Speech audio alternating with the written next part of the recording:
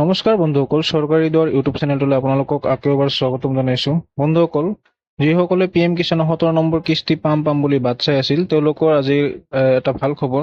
কাৰণ 17 নম্বৰ কিস্তিৰ আগন্তুক কিমান তাৰিখত 17 নম্বৰ কিস্তি দিয়া হ'ব তাৰ ডেট ফাইনেল হ'ল আজি। গতিকে বন্ধুসকল, ভিডিঅ'টো চাই থাকিব। আপোনালোকে কি কৰিব লাগিব, কি কৰিব নালাগিব আৰু ডেটটো কিমান তাৰিখে দিব আপোনালোকক পিছত গোটেইখিনি ক'ম। বন্ধুসকল, ভিডিঅ'টো এটা লাইক কৰি দিব, চেনেলটো সাবস্ক্ৰাইব কৰি দিব আগন্তুক নতুন নতুন ভিডিঅ' এই কন্টেন্টৰ ওপৰত পোৱাৰ বাবে।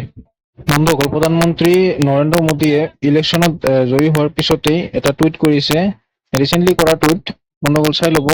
देश भर के अपने किसान भाई बहनों का जीवन आसान बनाने के लिए हमारी सरकार प्रतिबद्ध है। ये मेरे लिए सौभाग्य की बात है कि लगातार तीसरी बार प्रधानमंत्री के रूप में कार्यभार संभालने के बाद पहला काम उनके लिए ही करने का अवसर मिला है।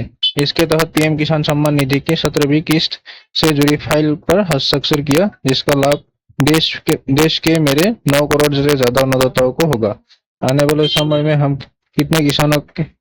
किसानों के कल्याण और कृषि क्षेत्र के उत्थान के लिए निरंतर কাম करते रहेंगे। বন্ধুসকল, এইবাৰ PM কিষাণৰ 1 কৰোड़ হিতাধিকাৰী বাঢ়ি গৈছে। যোৱা কিস্তি পোৱাৰ আগতে বন্ধুসকল PM কিষাণৰ হিতাধিকাৰীৰ সংখ্যা আছিল 8 কৰোड़ মান আছিল, এতিয়া 9 কৰোड़ হৈছে। বন্ধুসকল, এই 17 নম্বৰ কিস্তি PM কিষাণৰ 18 জুন আগন্তুক আজি 12 তাৰিখ 18 জুন তাৰিখে PM কিষাণৰ আগন্তুক কিস্তি দিয়া হ'ব।